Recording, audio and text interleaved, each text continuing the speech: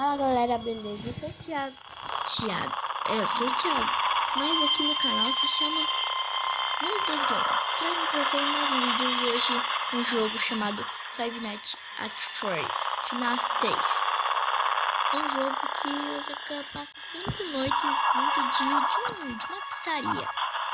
Vamos começar no New Game aqui.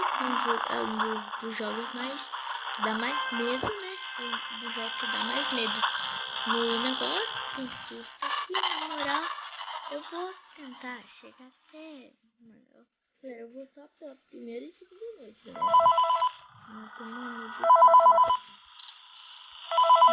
desse jogo.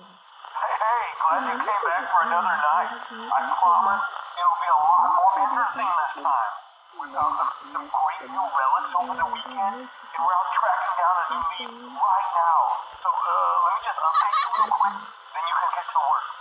Like, the attraction opens in like a week, so we have to make sure everything works and nothing catches on fire.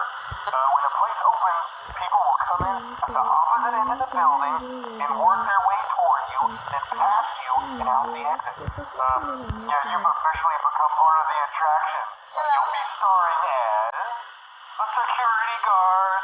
So not only will you be monitoring the people on the camera as they pass through, you know, to make sure no one steals anything or makes out in the corner, but you'll also be a part of the show.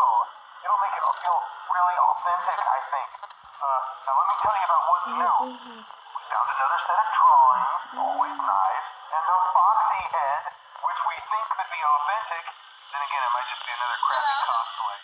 And we found a desk fan, very old school, metal though.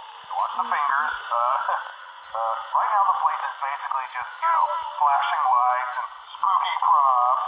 I honestly thought we'd have more by now.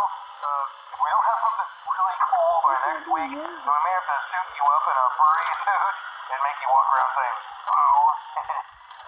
But you know, like I said, we're trying to track down a good lead right now. Some guy who helped design one of the buildings says there was like an extra room that got boarded up or something like that. So we're going to take a peek and see what we can find. For now, just get comfortable with the new setup. You can check the security cameras over to your right with a click of that blue button. You can toggle between the hall cams and the mid cams. Then over to your far left, you can flip up your maintenance panel. You know, use this to reboot any systems that may go offline. In trying to make the place feel vintage, we may have overdone it a bit. Some of this equipment is barely functional. Yeah, I wasn't joking about the fire. That's a real risk. The most important thing you want to watch for is the ventilation. Look, this place will give you the spooks, man. And if you let that ventilation go offline, then you'll start seeing some crazy stuff, man. Keep that air flowing. Okay, keep an eye on things, and we'll try to have something new for you tomorrow night.